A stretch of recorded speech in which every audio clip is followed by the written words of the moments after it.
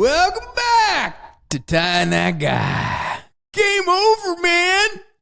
I'm Wes Chatham. This is my good buddy Ty Franck. And what are we going to talk about today in this podcast?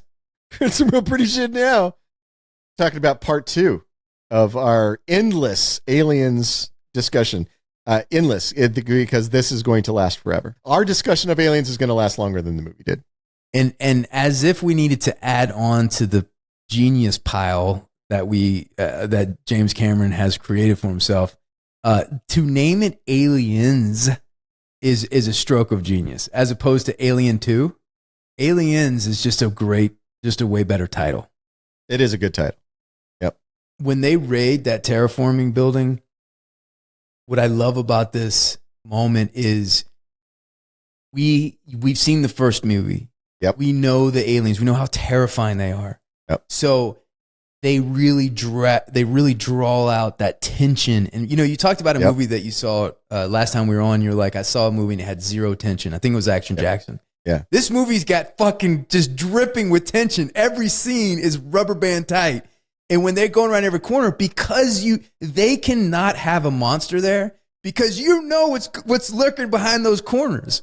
Well, and we're getting bits of dialogue like, oh, it looks like they used improvised explosives here.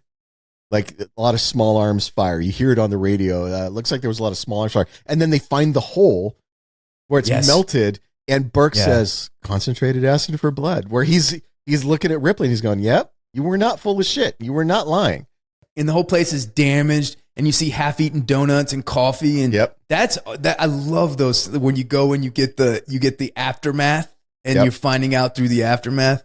Well, and we get the sense that when the bad shit happened, it happened very quickly. Like the in between eating, starting to eat the donut and finishing the donut, all the shit went south on this station. And we get them moving through it, but we also get to see, so up until now, the Marines have been goofballs, right? They're making fun of each other. They're telling jokes. Hey, Sarge, you get lip cancer smoking those. It's all just joking all the time. But once that ramp drops, it's professional. It's all business. The like you're talking about the saw gun. The saw gunners are running out, taking up flanking positions, covering the door. They're doing the 2x2 cover advance to get up to the door. Hudson's using his technical skills to hack the door. And nobody's joking anymore. When Apin goes, Hudson, run a bypass. Hudson doesn't make a joke. He just runs up there and starts doing the thing. And that is very much my experience of hanging around with military people is they might joke around in the helicopter, but when the helicopter lands and the ramp drops, all the jokes go away. Now it's like, if we fuck around, we'll die, so let's not fuck around. By the way, the guy that played the sergeant, he has 2 Purple Hearts in real life. He's a Vietnam veteran. That does not surprise me.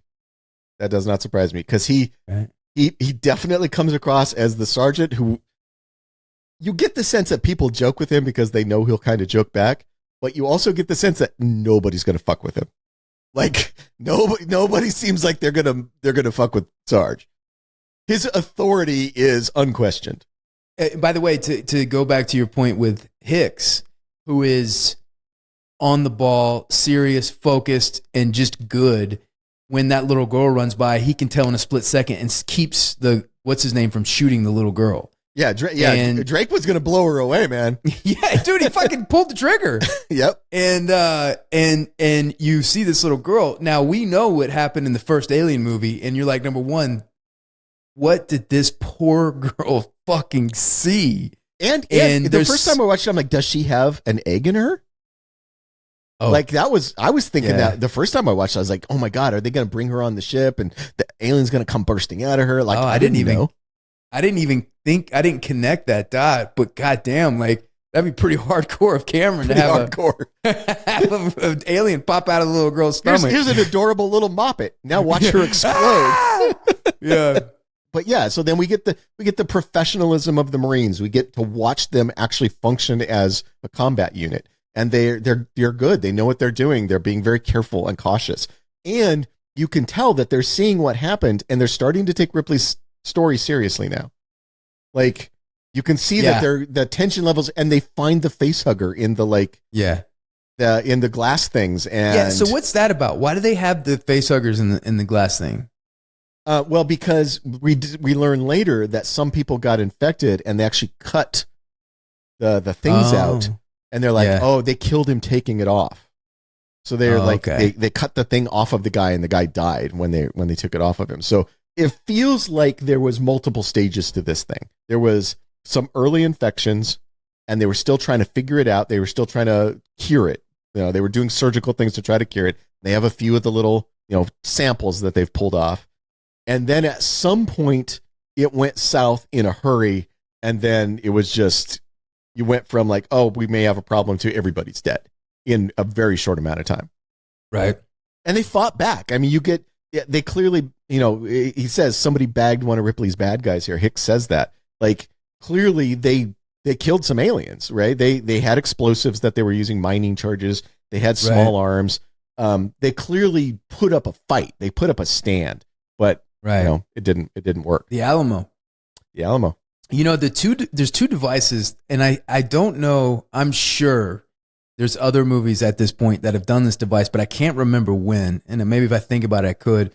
But number one, the dots that track movement, so you can see on a thing where they are, and it's like the Jaws, like the yellow barrels in Jaws, right? Yep. And it's so much more scary than actual. And then when those things like doo-doo, and they're like, they're coming, they're 2 meters away, they're 1 meter away, and then she's like, that would be in the room, and then they look up and you realize that they're above them.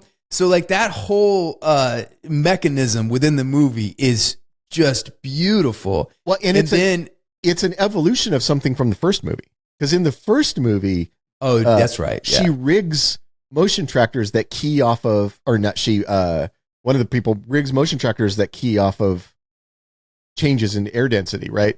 This is the evolved version of that. This is like 57 years later, we got a much better version of this now. Yeah, I forgot about that. Then they're like, the facility is clear. You hear Ripley go, it's not clear. And he's like, facility is clear, or facility is secured.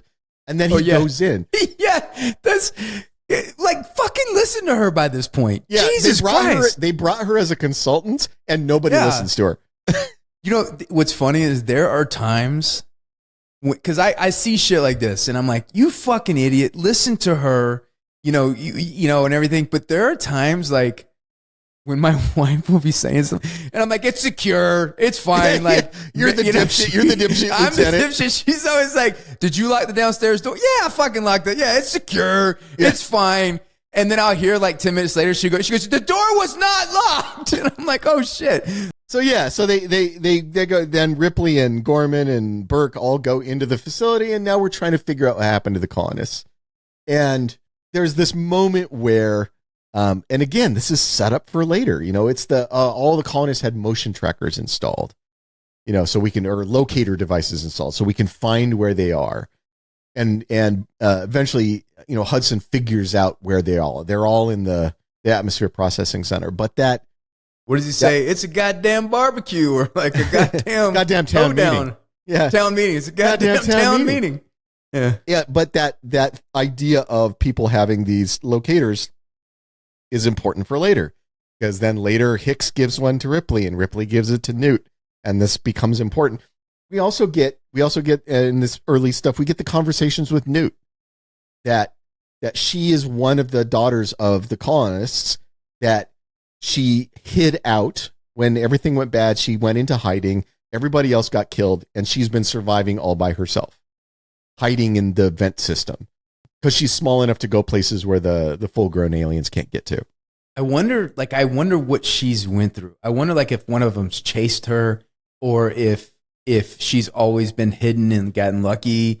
But as a kid, when I saw this movie, that was so terrifying to me to think this girl had all of her family wiped out and she's on this station by herself, surrounded by the worst of the monsters. There's not a scarier monster out there. I also think, though, I mean, I didn't think of this until years later after I'd seen the movie many times.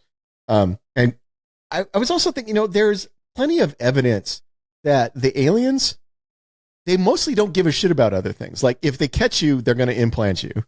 Or if you're a threat to them, they will attack you. But if you're not, they just kind of ignore you. Like, I think she's not a threat. So they just kind of are ignoring her because she's not a threat to them. If they happen to catch her, yeah, stick an egg in her. But that's interesting. So they don't actively like hunt for people to implant. Well, I mean, I think probably early on they did, but they have plenty of implanted people. They got plenty of eggs or whatever. Because, you know, you get when Ripley's on the shuttle, this is in Alien, the first movie, when she's on the shuttle and the alien's curled up in the machinery next to her, it doesn't attack her. It's just laying there. She's not a threat to it. So it's like, I'll just chill here until we get wherever we're going. And you're not a threat to me. It doesn't move until she burns it with the steam. And when they first go into the atmosphere processing plant, which is the next thing that happens in the movie, they figure out the colonists are there and they send the Marines in. The Marines just walking through, the aliens just ignore them. They're just like, you're not doing anything. They're in the ceiling, right? They're all up in the ceiling. They're all around them, but they're just kind of like, you guys aren't a threat right now. That's the spookiest image is when everything starts unraveling in the ceiling. Yeah, it starts coming down. Walls start moving. Walls start moving and stuff Dietrich, like that. Maybe they don't show up on infrared at all. And then whoop, up she goes. Yeah. That's interesting. So do you think that if there was a fully functioning xenomorph society and they didn't need any more implanters and you were just walking down the xenomorph street and you weren't a threat to them, they wouldn't pay you no attention? It kind of seems like that. I mean, I think... Do they eat you? So the third movie implies that they eat people because it shows the alien in the third movie eating somebody, but I don't consider the third movie canon. We don't know what they eat. And in fact, the first movie implies that they can kind of eat whatever when the android is talking about the aliens and he talks about their nutritional requirements. And what does he say about them? He just says something about how it's interesting considering its nutritional requirements.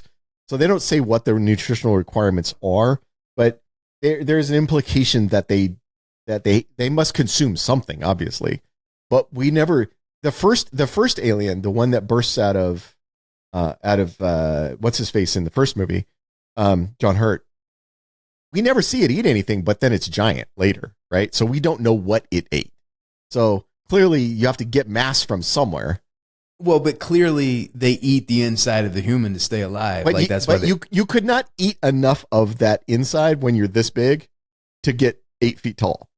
No, I know, but when you're living in there, you're eating them. So it's not like they're not above eating humans because they live off the human. The idea of what they eat is an open question. We don't really know. I know, but I think that's a more interesting version. This is kind of fascinating me is that because number one, it's scarier to me that an alien wants me to implant me with its egg and then the egg is going to grow and eat out of you. Yeah. I'm more terrified of that than an alien that just wants to eat you. Right. And because an alien that just wants to eat you is just like a shark or a bear. Yeah. Exactly. Yeah. And sharks and bears are scary. But if you stick that vagina thing on my face and implant me with an egg. Yeah, exactly. Bears would be much scarier if they, jammed their bear genitalia down your throat and implanted a bear in your chest. Which, by the way, that would be a very scary bear. But yeah, so we get amazing tension of the Marines moving through. And this is clearly an alien place because, you got all the alien goo on the walls and, one of them, they're like, it must be some kind of excreted resin, like that whole thing. And so you're like, okay, they're in the hive now. They have just walked into the hive and you're waiting for some shit to happen. And it goes so long before shit happens.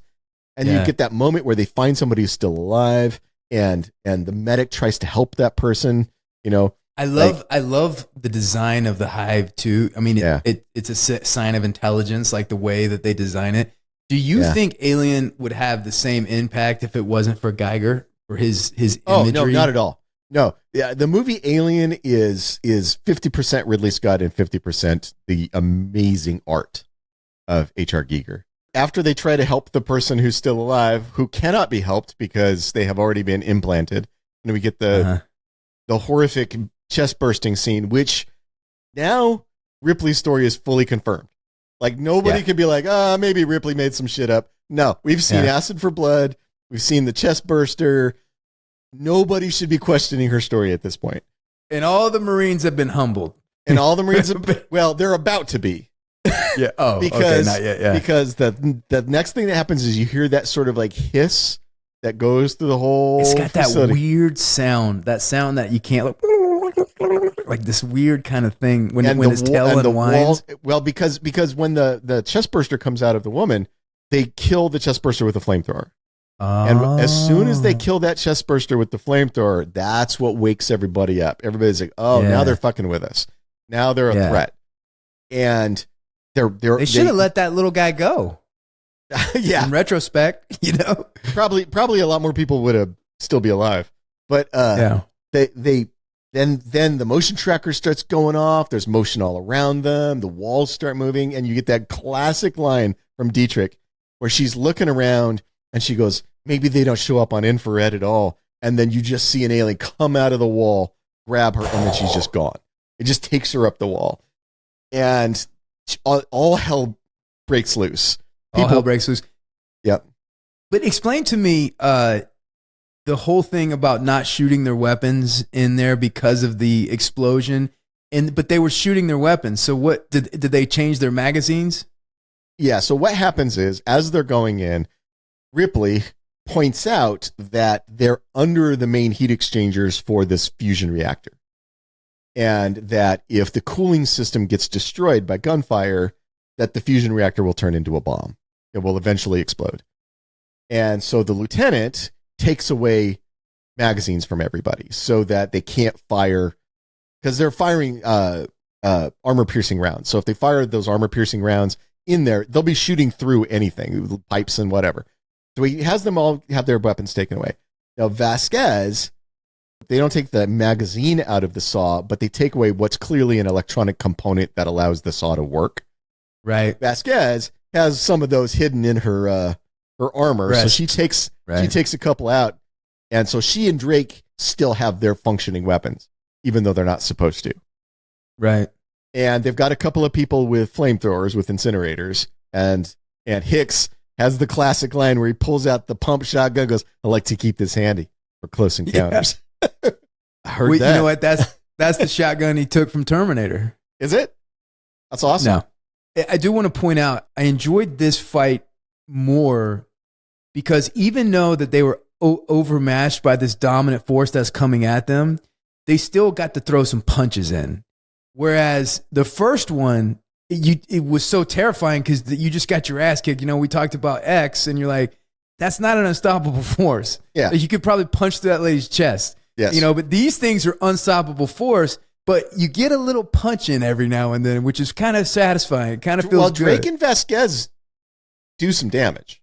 When the two of them open up with those smart guns, some aliens get chopped to pieces. Which But do they just forget about the coolant in the nuclear reactor conceit?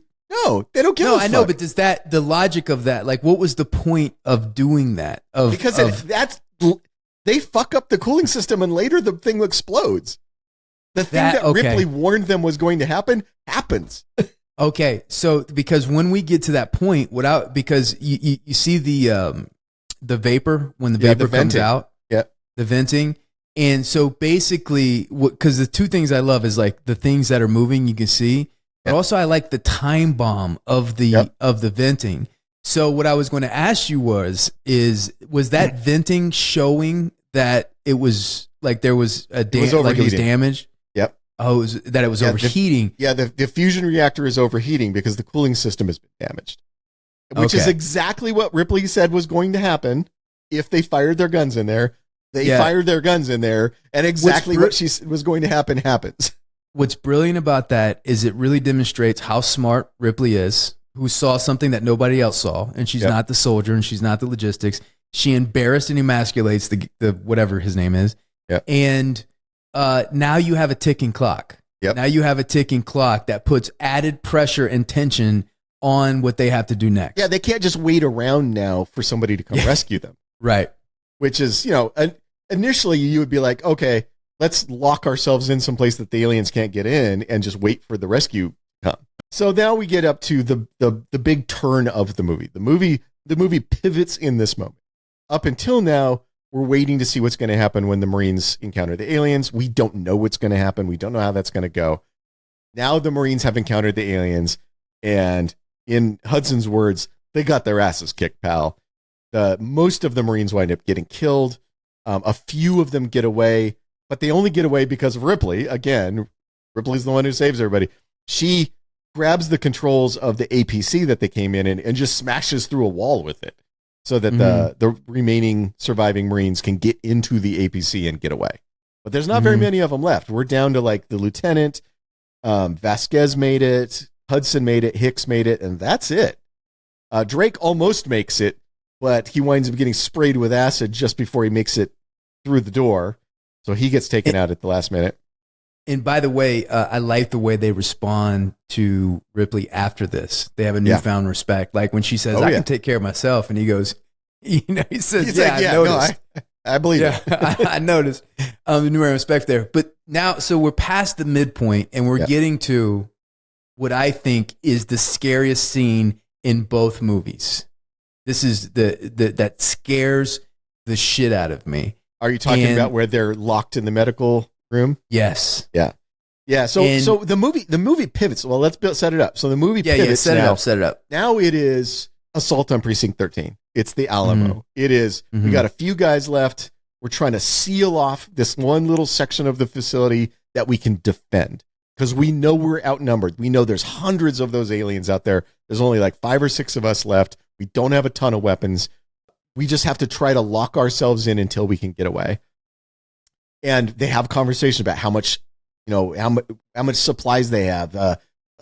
Hicks lets them know that it'll be 17 days before the colonial administration sends more Marines to get them. Right, so they know they've got a clock. They've got 17 days before anybody will come and save them, and they're just sort of hunkering down. And as part of hunkering down, Ripley and Newt go to get some sleep. When did they notice the steam? Did they notice the coolant damage at this time?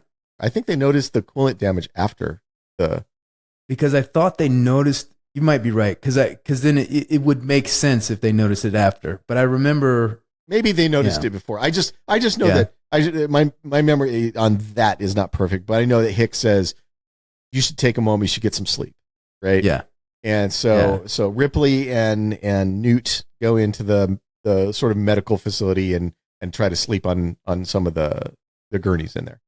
And before she goes in, she lets Burke know that she knows what he's up to and that she's gonna fucking fry his ass when they go back to Earth. What she has figured out is that Burke believed her story, and he actually arranged for some of the colonists to go to the location where Ripley said the ship was and get some of the eggs. So it's Burke's fault. They didn't find the ship on their own. They went there looking for it because Burke sent them there. And he did. And as she says, you didn't even warn them what they were going to find. You didn't warn them what it was going to do. So he heard her story. She sent these colonists over to get eggs. If he didn't send them over, those people would have died. They didn't find it on their own. This motherfucker, man. Well, that's why she's mad. See, and she's like, you didn't even warn them what they were going to find. You didn't even warn them what this thing was. So they just found some eggs and they just brought them back. He's dead there. So here's the difference between me and Sigourney. At this point, he's dead there. I cannot trust this guy. Like, this guy's like a Hollywood executive, man. I mean, like the shit he's willing to do. You got to admire the gumption on this guy. And he has zero guilt. He's still trying to. It's not like, man, I really fucked up, and everything. He says to her, I expected better from you, Ripley. I thought you were smarter than this. Oh my God. Yeah, he's such a douchebag. But you're right. So they do notice the venting before they go to sleep because after they go to sleep, we get the scene in the medical center where Ripley realizes that Burke has gotten the live facehugger samples that were still in the colony, and he has released the facehuggers into the room with Ripley and Newt. She realized that that's what happened, and he's locked her in there so that she can't get out. So I find this right here is, I think, the scariest and the best setup of both movies. And the things that scare me the most are the facehuggers. Yeah. Those things just they scare the shit out of me. And the way that it's shot, the way the story is told, is she slowly wakes up, her eyes open, and you see the empty jars on the floor. And you know it was in those jars. And one of them's kind of rolling a little bit, so you know something just came out of there. And so she reaches up for his gun, and her gun is gone. And immediately then you know there's a betrayal, right? And then you're like, fuck. And then when she goes to the door and it's locked, and she's in there with that thing, oh my God. And it starts crawling down from the bed. And it makes it very clear because she starts pounding on the door, calling for help. And Burke reaches over and turns the screen off where you can see her so that they won't see that she's calling for help. He's a dead motherfucker, man. I'm telling you. Well, so we go through this amazing sequence of Ripley trying to stay alive with the two facehuggers in the room, trying to protect Newt, trying to keep herself alive. She actually gets a facehugger wrapped around her throat. It's trying to get on her face. She's holding on for dear life. And then we see Hicks notice what has happened. And he comes over, shoots out the window. She turns the fire alarm on. Yeah, she turns out. Yeah, that's right. Yeah. And two things that happen in this. Number one, you see that Newt is a lot like Ripley. She's clever. She has fight in her, and she pins one of the crawlers up against the wall with the table. And then and Ripley was smart enough to turn the fire thing on, and then Hicks comes to save her. And then the one, I mean, dude, like she's like, like, it's like wrapped around her throat and everything. That is my worst nightmare. Like that thing just pulling into you, and you're choking, you can't breathe, and you know, like the more you get out of air, then it's gonna stick that weird looking vagina dong in your mouth. And and like I was like, there's something, the grossness of it, I don't know, like the violation of it or whatever is just terrifying. And I fucking love when Hicks just comes diving through the window, and he's like, and they kill the facehugger things. At this point, me and Ripley have already parted ways. The first act, I'm like, I'm not going with you. I'm sorry, colonist, whatever. I'm not going with you. Second thing, Burke is a dead motherfucker. Like, he is dead. I'm killing him as soon as possible. Yeah. And when he's in the chair, and you know, even Hudson agrees with me. He's like, "You're a dead man." You know. I say we grease this rat fuck son of a bitch right now. You hear me? You're dog meat, pal. You're dog meat, pal. But even before that, though, I mean, the thing I want to talk about is in the scene in the medical center, we again get to see the competence of the Marines. We get to see the way they work together because, you know, when Hudson comes in to save Newt, you know, as soon as he sees she's in trouble, he's like, "Jesus, kid, look out." And he kicks the table and smashes the facehugger against the wall by kicking the table, and then shoots it with his rifle and takes it out. When Vasquez and Hicks are trying to save Ripley, they're working together. He's like, "You ready? Over there, ready." Yeah. And then he throws it, and she's already ready to fire, and she blows it away before he can even move. So we see their competence. We see that they're not bumbling idiots. They actually know how to fight, and they're brave. They're brave, and when they face these facehuggers, they take them out. They have the competence to do that, which then leads to the scene you're talking about, where now we are confronting Carter Burke, and Burke is making his argument about why he's the good guy. Ripley is making her argument about why he's the bad guy. She has the great line that I quoted at you. You know, I don't know which species is worse. You don't see them fucking each other over for a goddamn percentage point. And you know, Hudson, of course, is fully on Team Chatham here. You know, like, "You're dog meat, pal." He's ready. He's ready to smoke him. He's like got his rifle pressed up against the side of his head. And then you just see Hicks think about it. And then he goes, "All right, we kill him. No offense." Yeah, because of course he's going to do what he ended up doing later on down the road, you know? Yeah, but it's just, Hicks is the calm one. He's the one who's thinking. He's thinking it through. He hears all the arguments. Yeah, and then he's like, "All right, yeah, we got to kill him." That's worthy of note because the difference of character, right? The one guy's like, "You're dog meat, dude." And Hicks sits back like it's a choice. Like, it's like, should we go this tunnel or go down that tunnel? And he's like, "Yeah, okay, yeah, you're dead. No offense." Thinking over there. Well, because earlier, Burke had said to Hicks the line I quoted at you at the beginning, you know, where he says, you know, when they're talking about destroying the facility, which, by the way, we skipped over that part where Ripley makes one of the great lines where she's like, "I say we take off and nuke the entire site from orbit. It's the only way to be sure." And Burke's response to that is like, "This is an expensive facility. It's an important species. He can't make that kind of decision. He's just a grunt." And then he says to Hicks, no offense. And Hicks is like, none taken. And then later when he's like, yeah, we kill him. No offense. Cameron has been standing on the tension gas pedal ever since the Marines went into the facility. But just the tension has been unbearable. Now he shifts gears. Now he shifts gears into standing on the nonstop action pedal for the rest of the movie. Because the next thing that happens is just when they're about to kill Burke, the alarms start going off. Aliens are getting into the facility, and now they got to defend the facility. This is my favorite beeping thing coming at them moment. Yep. Yeah, this is the scene you talked about where they're tracking how far away the aliens are. And it's like 7 meters, 5 meters, 4 meters, and then he goes 3 meters, and Vasquez is like, that's in the room with us. It's reading right. Well, then you're not reading it right. You know, that whole, they're like arguing with each other because it can't, the information that Hudson's giving them about where the aliens are can't be true given what they know of the situation until Hicks looks up. And we see that it's a drop ceiling, and you see him get up and he pushes the drop ceiling up with his gun. And you get that great shot of the flashlight coming around. Yeah. And there's a bunch of aliens crawling on the pipes above the ceiling. And it's fucking terrifying. Yep. You know what it reminds me of? It reminds me of Jack Burton when he opens up the door and all the people are standing there. He shuts the door and closes. It's like, we might be trapped. You know, it's like he comes in and looks at the floor and there's like all these aliens like, creeping down the thing. He just like shuts it. We might be trapped. Well, what I like about it is Hicks, the way Hicks lets everybody else know that that's happening is he just starts shooting his gun.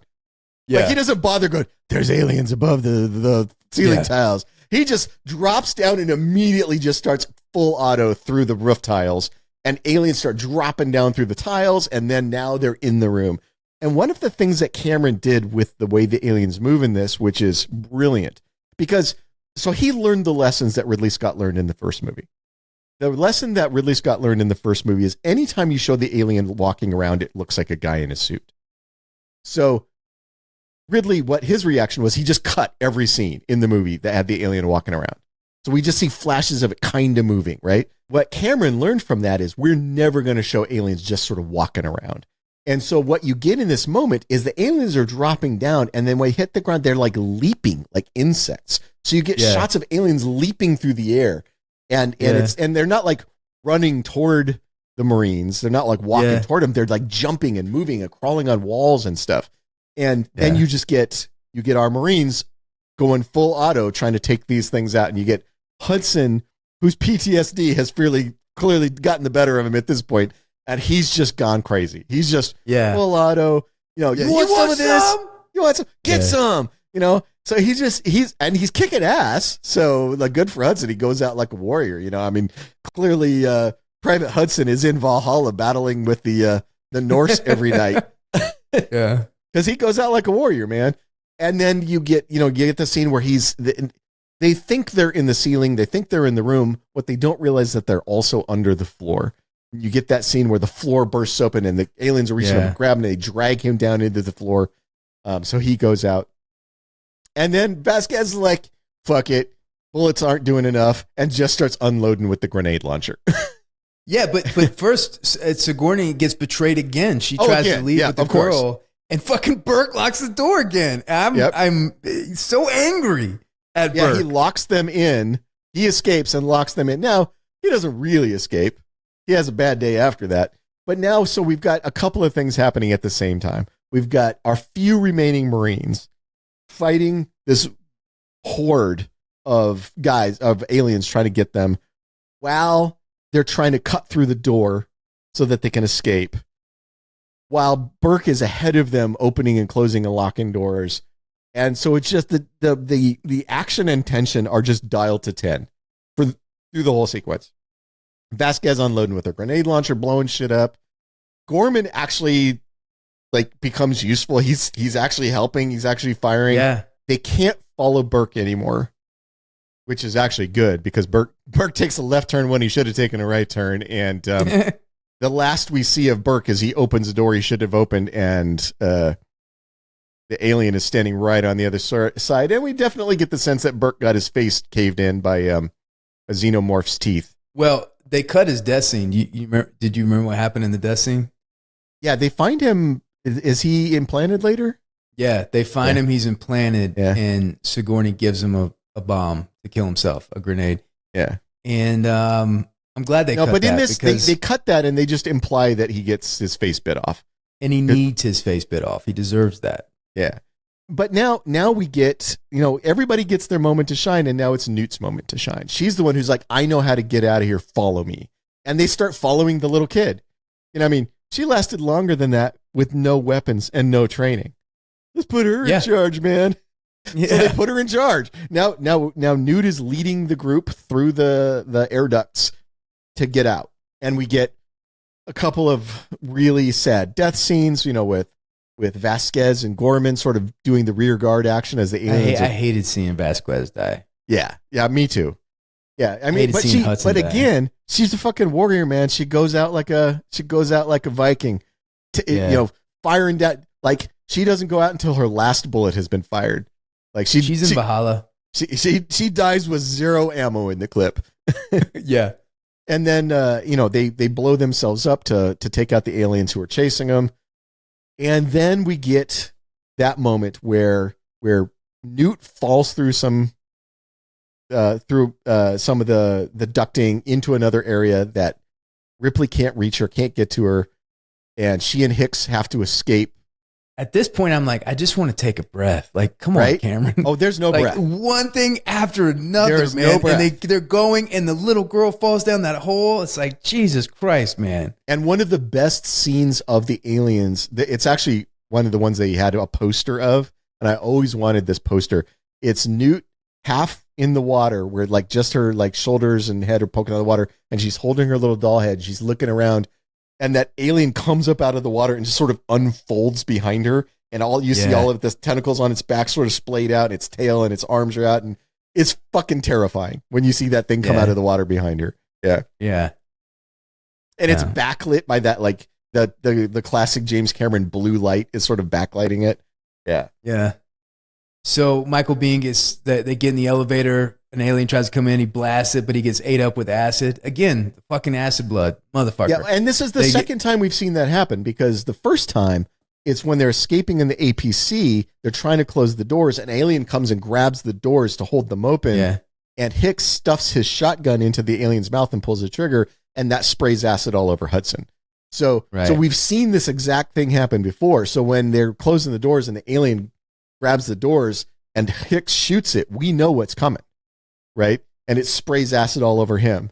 So now our most capable Marine, our deadliest fighter, is now crippled and out of the fight. Such a great choice, because now Sigourney's got to go alone. She's got to go alone. By the way, while all this is going on, the thing that we didn't talk about is Bishop, the android. They were trying to figure out how to remote pilot the other dropship down from the Sulaco so that they can get off the planet. And Bishop has volunteered to do that. So while all of this is going on, Bishop has been crawling through this narrow little pipe that runs all the way under the colony so that he can get out to where he can set up an antenna and communicate with the dropship. So by the way, fuck that pipe. Yeah, fuck that pipe. They weld him in that thing. And if you look at it, it's like 3 football fields he's got to crawl in that little narrow pipe. It's If you have any claustrophobia at all, that's the worst scene in the movie. Oh my God. And I'm a little claustrophobic. So I see that and I'm like, no. I'm not getting in that pipe. I'd rather be in the Andy Dufresne pipe that's full of shit, because there's a little more room. There's a little more room. I was thinking Andy Dufresne. Yeah, there's a little more room in there. But so because of that, now when Hicks and Ripley get out to sort of the landing area, Bishop shows up. Ripley says, we're not leaving. Mm-hmm. And you're Bishop, we're not? It's like, what? We're not? I thought we were leaving. Yeah. And she hands Hicks over to Bishop to take care of him, because obviously he's fucked up from the acid on his face and all that. Uh-huh. So Bishop is taking care of him. And then we just see her go into the armory and strap up. She just straps up. And she duct tapes like a flame launcher and an arming piercing rifle and grenade launcher all together. Yeah, and she takes her shirt off and puts ammo around her neck. Yeah, she goes. It's the Rambo of grenades. Yeah, yeah, and it. Again, like, I love movies that surprise me. and I love movies, and there's ways to do it where you kind of come out of a direction that you didn't see it coming, or you just keep punching in the face that you don't have time to think. So everything's like, oh, fuck, oh, shit, oh, God, oh, and then it's like, it's like you set everything up and they just start just hammering you in the face. Yep. And everything is a surprise because you don't have time to think. No. Cameron has given you multiple combinations to the face and he's propping you up against the ropes.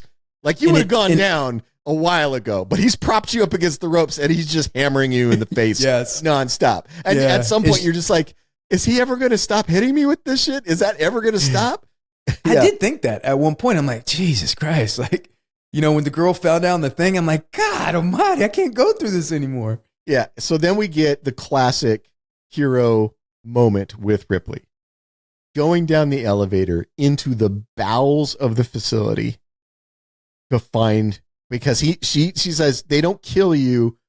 They implant you. And if I get there soon enough, I can stop that from happening. You hear her make that argument and she's going to go down and you hear Bishop give her the ticket clock. He's like, in 37 minutes, this whole facility is going to be a cloud of vapor the size of Nebraska. This is going to blow up while you're down there. And she's like, Hicks, don't let him leave. And Hicks is just like, we ain't going nowhere. So now we've got our final sequence set up, or what we think, because Cameron doesn't let you off that easy. He's going to keep you on the ropes a little longer so he can pound you some more. We think this is the final sequence. It is going to be Ripley going down in the bowels of the facility and confronting the heart of the Hive to get Newt back. And she does. And as if Ripley hasn't had enough shit go down in this movie, she finds the thing that she's tracking and Newt is not in it. Yep. And so there's like another fucking gut punch. Yeah, she finds the little tracking device and it's laying on the ground in one of the hallways. And that is the moment she despairs. We get a brief moment of despair, right? And then we cut away to Newt, who's been cemented into the wall, and an egg has been put in front of her in the Hive, and the egg opens up and she starts screaming. And it's that scream that wakes Ripley out of her despair and sends her running down the hallway toward the screen.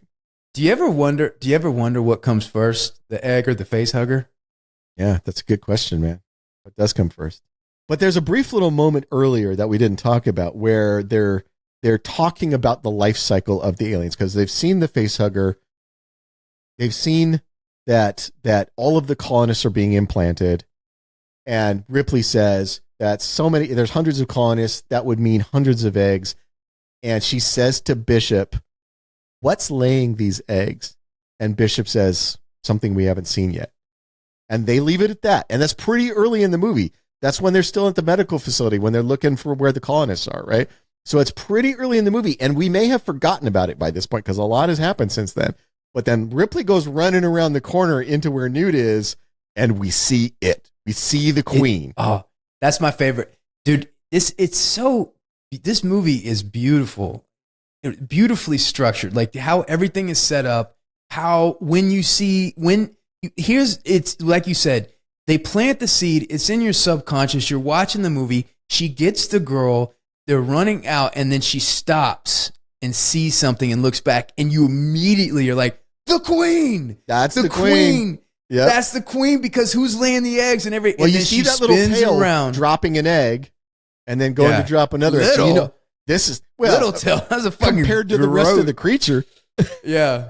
But you see that and you're like, oh, this is it. This is the queen. But we start on the egg laying apparatus. So we know Cameron's telling us, remember that conversation we had earlier about what's laying eggs? Yeah. Here we're seeing it. This is the thing. And then we move up that egg laying apparatus where you can see the eggs inside that sort of see-through womb kind of thing. And then we get up to the actual body of the queen, and she's gigantic. Like she's probably what would you say, 15, 18 feet tall? Yeah, but what a cool design, huh? Like when you see it, like how it's kind of Christ-like, and it has and there's that huge head that like almost like a crown. She's the queen of the Hive. Multiple. He modeled her after like termites. Yeah, and the termite queen, how much bigger the termite queen is, and how it lays eggs, and that laundry chute looking gooey stuff that lays the eggs. Yep. Yeah. Yeah, and the aliens are very much like termites. They have a very termite sort of like colony and all that stuff. And then Ripley and the Queen face off because this is one of the great conversations between two badasses with not a single line of dialogue spoken. Ripley shoots the flamethrower into the air, looking at the Queen, and then aims the flamethrower down at the eggs. And then you see the aliens, they back away. There's a whole dialogue happening between Ripley and the Queen. It is so good. With no lines of dialogue spoken. Where she's going, I will fucking fry your eggs if you keep fucking around. She kills one of them. She does kill one. And the Queen's like, Rah! No, that happens after. So what happens is the Queen, the two warriors pull back. Ripley starts to back out of the room. And then another alien shows up, and then she starts taking out the eggs. No. Yes. No. She's facing off with the Queen. Aliens start to show up. She fries one egg, and then the Queen screams, and then like basically tells the guys to back off. They slowly back off. Then she starts backing out with Newt, and then out of the corner of her eye, one of the eggs opens up, and then she looks at the thing like, you bitch, and fries all the eggs. I think you're wrong. I think you need to rewatch that moment. She doesn't actually fry an egg. She just threatens to do it. No, she burns all the eggs. No. But I'm saying before that, when she fires her flamethrower in the air, that's when the Queen screams. She's not actually frying an egg. She's just firing it into the air in front of her. We have to go to the judges on that. Yeah, we'll have to go to the judges. Joseph will put the scene in, so we'll see which one of us is right. The B-roll will tell the truth. Yeah. Anyway, irrespective of that. And I will say, your knowledge of this movie, I would, but I think, I don't know. I want to see the B-roll. I want to see the B-roll. Irrespective of that, you are correct. The next thing that happens is the Queen rips her vagina off. The Queen opens up an egg. Ripley's like, "Oh, you're still trying to fuck with me? Well, now you get to find out." And just unloads, shoots the eggs, shoots the flamethrower, fires grenades into the womb of the Queen, blowing it up, takes off the bandoliers of grenades and throws those into the fire. I mean, like she's just like, I'm going to blow everything up. And using the pulse rifle to take out alien warriors who are trying to stop her. Yeah. Just goes full. I mean, she probably takes out half the Hive. She takes out a lot of shit. Yeah. And the mama alien's so mad that she rips her vagina off and chases after her. Yep. Yeah, she tears off the egg-laying apparatus and comes after her. And she's giant and she's terrifying. And, they manage to get in the elevator before the Queen can catch them. And this is another unspoken scene. So you see her go up, the Queen's screeching at them. And as she's going up, you see the other elevator coming down, and the Queen's looking. The Queen's like, "Oh, I see how this device works. I'm gonna use this thing, right?" It's kind of funny how smart they are. Yeah, and it's kind of funny too. Like the aliens, like just like do, like watching the numbers change, like another person like coming up on the thing. What would be really funny is a shot of the Queen in the elevator when like Girl from Ipanema's playing.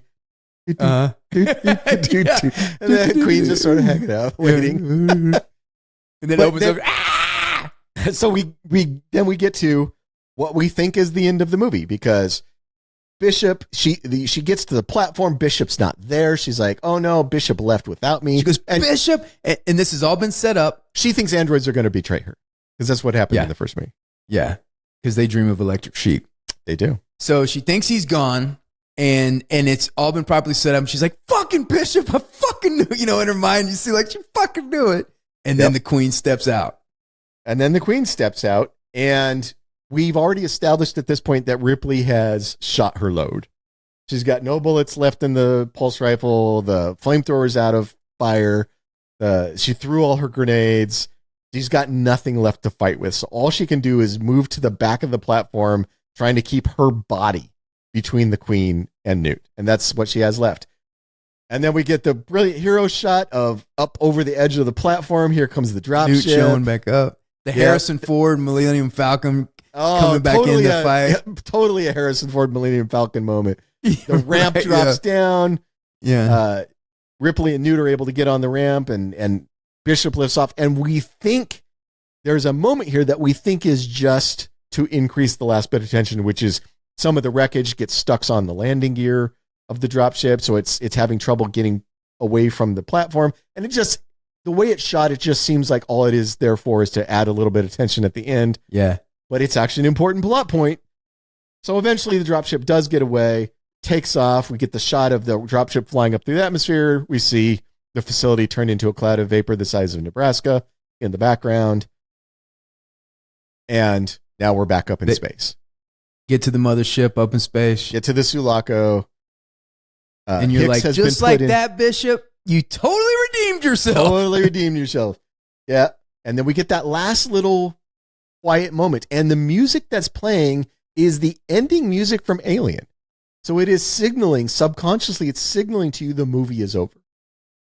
Because you're getting the gentle end music, right? And Bishop and Ripley are having their moment where she's like, you did great.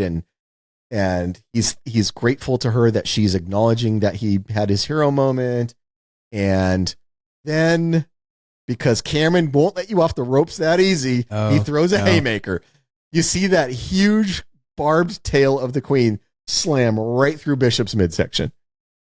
And she comes crawling out of the landing gear opening the landing gear that we saw get hung up on the railing of the landing pad. She's coming out of that one. So we know what happened. While it was getting hung up, she climbed up into there and has been hiding in there ever since. And she grabs Bishop and tears him in half. Yep. And while she's looking at Sigourney Weaver, it was cold-blooded. Cold-blooded. like it's like, oh, is this a friend of yours? Oh no, now you have two friends. Yeah. And then Bishop's like half his body in his eyes and looking at her. Man, it's like so scary. It is terrifying. And now we get the actual final sequence, the real final sequence, which is the Queen chasing after Newt doing her typical maneuver of hiding someplace small to get away. The Queen's ripping the deck plates off the ship to try to get to her, which, by the way, is a little kid nightmare moment. When you're a little kid, a classic little kid nightmare is to be under something while a monster's reaching for you, right? Like most kids have had a dream where they're hiding under their bed and a monster's reaching in to get them. And so all of that builds up to the most heroic shot in the movie. The doors opening up, the spinning lights coming on, the doors opening up, and there's Ripley in her power loader. And the line that everybody remembers from the movie, "Get away from her, you bitch." And now we get our mano y mano or womano y alieno confrontation. And I love that the alien, and maybe I don't, I kind of projecting the human consciousness on the alien, but the alien's been like fucking us up this whole time. Yep. And now we got something. So she's like, it's equal strength. And so the alien, when the alien first gets hit, like you see her face like, what the fuck is this? Yeah. So I just love that feeling of like, it's on now, motherfucker. Like I love that shit. The alien queen is that really big guy in high school that nobody messed with because he was just really big. And then finally somebody punched him in the face really hard. And that had never happened before. Right. And he just doesn't know what to do with that. Like, right. Somebody actually punched me? That's never happened before. Because she's not as skillful like in that fight as she's been in the past because she's not used to anything being as strong as her. She is not. She is not used to things being as strong as her, but she's pretty dangerous with that tail. She's super dangerous. And that tail is scary. And that was a great like last look at the things that make the aliens uniquely dangerous is the mouth popping and the tail thing, and then like in the end Sigourney's like, psh, psh, and then all that stuff. Yep. So that was really cool. Yeah. And if that tail hits you, that's a one punch kill. Yeah, you're gone. You're not going to get wounded by that tail. No, it's you're going to Valhalla. Yeah. And, or you're getting ripped in half like Bishop. But the whole airlock sequence and like the whole, I don't know how he pulled this off. Like the exoskeleton falling in. First of all, the exoskeleton fight, like in 1986, like that fight with the alien looked so authentic, so real. It looked like real metal. The puppeteering is astonishing in that sequence.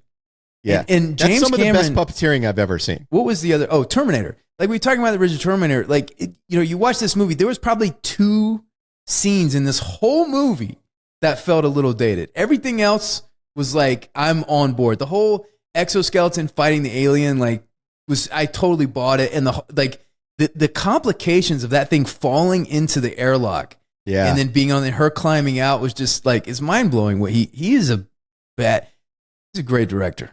Yeah, the only 2 sequences in the entire movie. He's going to go far. I think that kid's got a shot. I think he's got potential. He's got a potential. Yeah. The only 2 sequences in the entire movie that I find a little less than convincing now are whenever they composite the dropship against the planet. Yes. The compositing is not perfect. Right. But as a criticism, that's pretty minor. And it's as good as compositing was at the time. That's a critique of the technology of the time, not the skill of the filmmakers. Yeah, exactly. Yeah. No, this was the Rolls Royce of the technology at the time. By the way, they didn't have a lot of money. They didn't for a studio film like this. They didn't have a lot of money. So it was not a huge budget movie, but it looks like a huge budget movie. Yeah, everything Cameron does is. I haven't seen Piranha 2, but everything he does looks like way more expensive than what it is. I would be willing to bet that the pieces of Piranha 2 that Cameron shot are the best pieces of Piranha franchise footage that have ever been shot. I bet I agree with you. When she opens up the airlock again, Cameron doesn't let you. So she whips the tail around Sigourney. Sigourney's hanging from the ladder, but then Newt is being sucked out, and then half his torso grabs her before she gets sucked out, and he holds her down, and then Sigourney, her shoe falls off, the alien falls out in space, and then she climbs up and shuts the airlock, and then finally you can take a breath. Finally. Ripley has defeated the queen of the thing that traumatized her so badly 57 years ago. And now we get that last shot of Ripley sleeping peacefully. And that is the end of her journey. Now, so these are the only 2 alien movies. What do you think that exist? What do you think happens to Ripley after this? The problem with Hollywood's endless hunger for franchises, and Hollywood is endlessly hungry for franchises, right? Yeah. Even movies that have a complete story need to be endlessly franchised. And the reality is that the Ripley that comes back from Alien with all of her trauma, we see her unable to sleep at the beginning of Aliens. We understand that the only reason she goes back is to confront that trauma head on and try to get her life back. Because she's alive, but she lost her life in Alien, right? She's traumatized. She's terrified all the time. Her daughter's dead. She's living alone. She's got a terrible job. She's lost everything. And she agrees to go back to try to recapture some of that. Then you get to the end of this movie and she has defeated the thing that so terrified her in the first movie. She has rescued a little girl that has become it fills the emotion, some of the emotional hole left by her missing daughter. Not all of it, and nothing ever would, but some of that emotional hole has been filled in. And she's peacefully sleeping. We see her peacefully sleeping at the end of the movie. That is the end of her story. That should be the end of her story. Yeah. We don't need more story of her after that. Now, if you want to make movies in an alien universe, like a universe where that story has happened, okay, that's fine. But we don't need to drag Ellen into it. We don't need Ripley in every one of those stories. And I get why they want to do that, but it fucks it up. It breaks the story that they were telling. Okay. Is there anything else you want from us, Joseph? So my top 5, Joseph didn't prepare a top 5 because he always comes unprepared. He never does his work. So I prepared a top 5, and my top 5 is top 5 best colonial Marines in Alien. Oh, well, I know who the first 2 are. I know the first 3 are. There's a clear number 1. The clear number 1 is Vasquez. Vasquez. Greatest colonial Marine of all time. Here's me. Vasquez, Hudson, because I love I love Hudson too. I love Hudson's it. awesome. Hicks, Hicks is pretty badass. probably the sergeant. I like the Apone. sergeant. Apone is fantastic. Apone. And I've got a dark horse pick. My dark horse pick is the pilot. I'll go with that. I like that she wears Ray-Bans in space. I like that she wears Ray-Bans on a planet where it's like storming and monsoon weather. and she's so sarcastic that in an earlier scene when they're in the locker room and like, hey Mira, who's that? She's a consultant. Apparently she saw an alien once. And she's so sarcastic about it. Yeah. Yeah. And by the way, the honorable mention is the Colonial Marine who was on our show. Do you remember him? There is a Colonial Marine tying that guy? who was on The Expanse. Oh, I know there was a bad guy, an alien on Alien. I don't know who the Colonial Marine is. The Colonial Marine who was on The Expanse is Dresden, the scientist that Thomas Jane shoots in the head. That's that guy. His first acting role was Aliens. Very first time he was ever on screen was in Aliens. What's his name in Aliens? Private Spunkmeyer. Spunkmeyer. Yeah, thank you. Private Spunkmeyer. He's the one who's like, she's like, get up here, Spunkmeyer. There's something sticky on the ramp. Just get your ass up here. That's right. Yeah. Interesting. Yeah, he played Dresden on The Expanse. That's right. So when I met him, I asked him about Aliens, and he was cool talking about it. He's like, yeah, my very first acting role. He's like, I didn't know how big that movie was going to be. I had no idea. Did he get cast in Expanse because he was an alien? Yes. Yeah. Of course he did. You know, that's not the story that Narain will tell. But when we were looking at people for that part, and I was giving notes, the minute I saw that he was Spunkmeyer in Aliens, I'm like, this is the best guy. We should definitely cast this guy. Yeah, because Narain didn't care that much. So he's like, yeah, he's good. We'll cast him. He's good. We like him. Yeah, that's cool. I absolutely wanted him to be on the show because of Aliens. And to end this, this is how much of a G James Cameron is. First of all, to have the balls to take something as beloved and as specific as Alien and say, I'm coming in in a sequel, and I'm going to keep everything that I love, like that me personally love, and then I'm going to change the genre of the thing and make it. And he goes in to turn in his print, and all the studio heads are there ready to watch the movie. And he goes in and he's like, I'm finished. Here's my print. And he gives it to him. And one of the studio execs goes, the movie's too long. And he goes, no, it's not. Watch it. And then walks out and they watch it. And they were like, oh, we're going to make a ton of money off this. Like the whole Marine. And it's the highest grossing Alien out of all of them. Like that guy knows his business, man. He knows his business. And it's a long movie that feels like it's not long. Oh, God. It once you hit that second half of the movie, it feels like that goes by in 10 minutes. It's so fast paced. It's so kinetic. Now, the director's cut or the cut that he put back in there, that does slow down a little bit. But again, I don't mind it. But I think if somebody didn't love Aliens as much as I did, they might have an issue with it. It does add some dead spots. Yeah. That if you're cutting for pace, you don't want those. And James Cameron has always said his theatrical cut is the director's cut. So I think he calls that the extended version or expanded version or whatever. But because people say, why don't you do director's cuts? He's like, my theatrical cut is the director's cut. Right. The thing you watch at the theater, that's the version I wanted you to watch at the theater. Thank you guys for spending 3 hours with us talking about Aliens. You've probably nobody's here with us at the end of our journey. You probably left a long time ago. You know what, Ty? I watch a lot of... No, there's one dude who fell asleep at his desk, and he just now woke up and is like, oh shit, is this thing still going? Are they still He's the only one we have left. You know, sometimes I watch like these movie breakdowns and stuff like that and podcasts or whatever, and they're like 20, 25 minutes, 15 minutes, sometimes 30. I'm like, Jesus, what we talk about? We went through scene by scene of this movie. Wander afield.